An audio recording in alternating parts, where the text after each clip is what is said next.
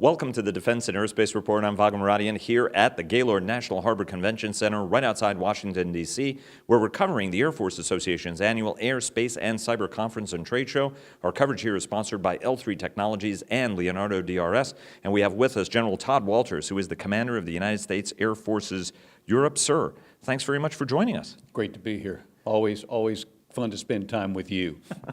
I appreciate it. Well, we do have a good laugh, but in all seriousness, let's go. I know that you don't like spending too much time talking about the R word, but Russia is a factor.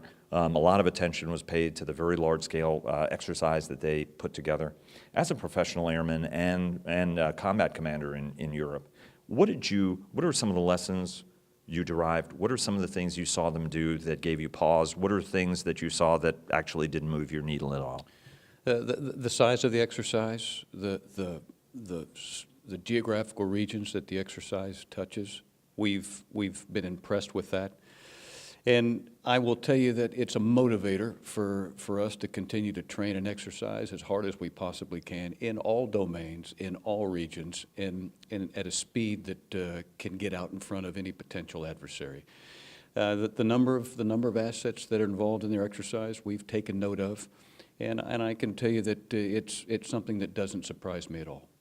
You and I have talked a lot about you refining the combat edge of your forces. Talk to us about the latest sort of efforts as you try to get up that stream and get to the kind of readiness levels that were actually Cold War highs in terms of your ability to rapidly respond, to be able to put steel on target, to be able to do the defensive operations you need to do. It's exercise and training with speed superimposed on top of that thought process. So, number one, in order to make all that happen, you have to have a command and control organization that can see the tiniest of activity in the farthest reaches of the terrain and bring it back to an ops center and be able to be in a position to where you can take all the domains, maritime, land, ground, sky, cyber, space, SOF, information, diplomatic, and take all of the variables in the region and put them together in one location to where you can have a common operating picture of what is taking place and come up with the next best step. And with each passing day in USAF on the European continent, we're doing that. We're taking CRCs that exist at the national level, connecting them to their national operation centers, connecting that to our NATO operation centers, connecting that to our United States operation centers so that we have a common picture of what is unfolding in the region, to include taking the air domain and nesting it with the maritime domain and nesting it with the land domain and nesting it with the national SOF domain. All those variables together, if we continue to improve to ensure that next month we're a little bit better than last month, we'll be a force that's better capable. You and Lieutenant General Ben Hodges are the click and clack of the team. You both also face, and he is the commander of the United States Army in Europe. If you guys both, though, have a challenge. He's trying to take his 30,000-man force, 30,000-person force, make it into a 300,000-man force in terms of size. You also have a much smaller USAF than there was in the Cold War, than there was even a few years ago. Talk to us a little bit about how you guys are working together to project greater capacity, capability alongside your NATO allies. Along the lines of what we just discussed with respect to command and control and instantaneous feedback, and taking the land domain that Ben's responsible for from a U.S. perspective and the air domain that I'm responsible for from a U.S. perspective, and make sure that we're talking off the same sheet of music. And we've been able to do that. Every single one of his soldiers that's forward in the region, we want to know what they are doing. Every single one of the aircraft that are above the skies and every single one of the missile defense assets that we have in the region, we want those folks to be connected to his folks and his soldiers to be connected to ours so that we have a common understanding what each one of us is doing. And because we've gotten great clarity from General Scaparrotti, the U.S. EUCOM commander, we are same way, same day. It's all about connectivity. It's all about command and control. It's all about command and feedback and understanding exactly what the commander wants. But there are those who look at the picture and say, well, look, Russian forces are far more significant, far larger. They've got aircraft and revetments. They have munitions next to those aircraft. They're conducting the SNAP exercises at scale. Does that give you pause at all, especially from an air power standpoint? Let me just talk about our forces. In NATO, 29 nations represent a pretty extensive punch. well over 6,000 fighter attack aircraft, and that's a powerful force. It's our job to make sure that we adequately command and control those forces and put them in the right place at the right time. And with those forces, we will be very successful, and deterrence will prevail. Talk to us a little bit about, you mentioned the importance of getting air operations centers to work, but you've also found that sometimes air operations centers don't work and don't talk to each other. What are some of the things you're doing to make sure that that connectivity, sort of the forensic process of finding out what's broken in order to be able to fix it? You have to dig deep, and you have to take a look at each detail, each new set of software that compose and comprise and facilitate the system, and ensure that not just this year and next year do you have the software in place to be able to adequately communicate with one another. You have to make sure that for the next 5 and 10 years. And that's where we may have fallen back just a little bit. And what I'm pleased to report is with the long range in mind and the sustainability in mind for command and control, software connectivity looks very, very bright for the future, and we'll be in a position to where those command centers can communicate with one another. I remember about earlier this year talking to the chief of the German Navy, who was a submariner during the Cold War. You're a Cold Warrior as well in your own right, early in your career. And I was asking him about operating in the A2AD, anti-access area denial environment. And he put his arm on my shoulder and he said, listen, during the Cold War, that was the anti-access area denial environment. From your standpoint,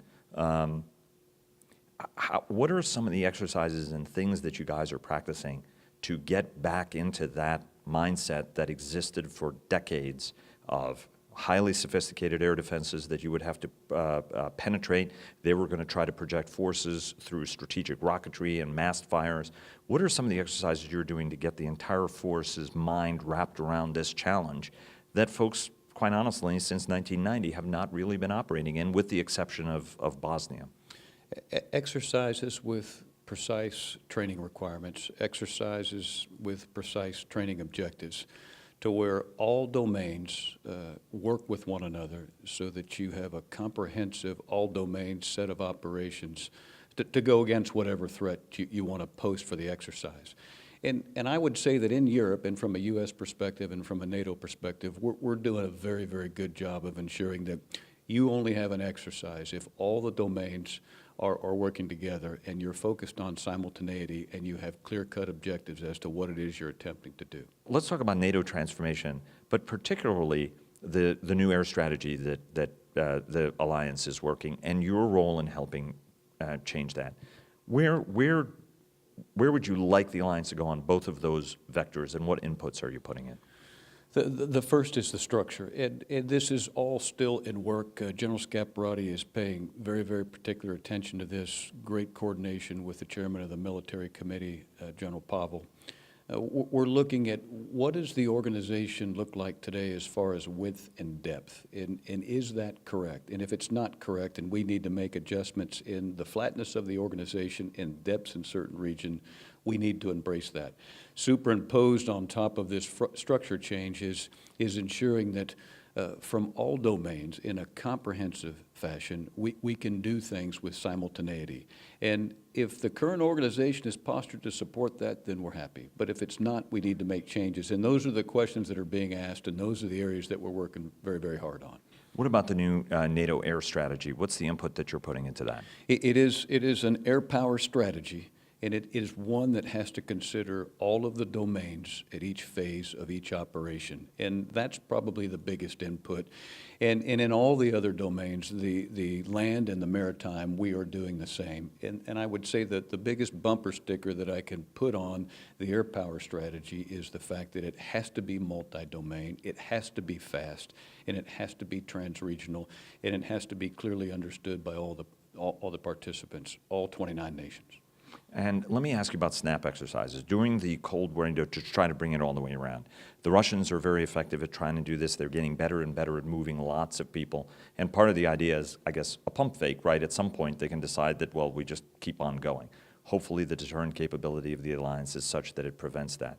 From a Surge X standpoint, does the United States and its allies have to do the same sorts of rapid deployment exercises where, like we used to do during the Cold War, an entire fighter wing can show up someplace overnight with some support assets and have the other guy going, well, wait a minute, how did they do that? This is a speed issue. So speed is driven by your ability to take indications and warnings and make decisions and employ resources and lift and shift. We work very, very hard on that in the United States. We work very, very hard on that within NATO. Certainly from a theater lift perspective, the ability to shoot and move and cover is critically important in all domains. So it has to do with resiliency, it has to do with basing, it has to do with agility. It is certainly part of each and every one of our exercises. I saw that little brief shout out to former Chief of Staff General Ronald Fogelman. Ron Fogelman, the lift and shift. I like that. That was pretty good. Well, General Fogelman was a fantastic warfighter, and he understood the power of flexibility, and lift and shift was great in his day, and it is certainly great today. And he was Transcom chief at the time. Last question, space. There is a drive afoot in Congress in order to create a space corps. You are the recipient, you're the user of this information. From your standpoint, A, does the Air Force need a space corps? Is there something about the current organization? I know Chairman Rogers is passionate about this issue and has said that it's not working. As a commander, is the current space structure working? And if not, is the Space Corps going to fix it? I'll stay in my lane. As a commander, the current space structure is working fantastically. Jay Raymond is the commander of Air Force Space Command. He is a tremendous warfighter. He understands what it takes to promote global security. And with the forces that he currently fields, we've been highly successful. We'll continue to do so in the future with what we have inside of the United States Air Force. Sir, thanks very much. It's always a treat talking to you. Likewise, brother.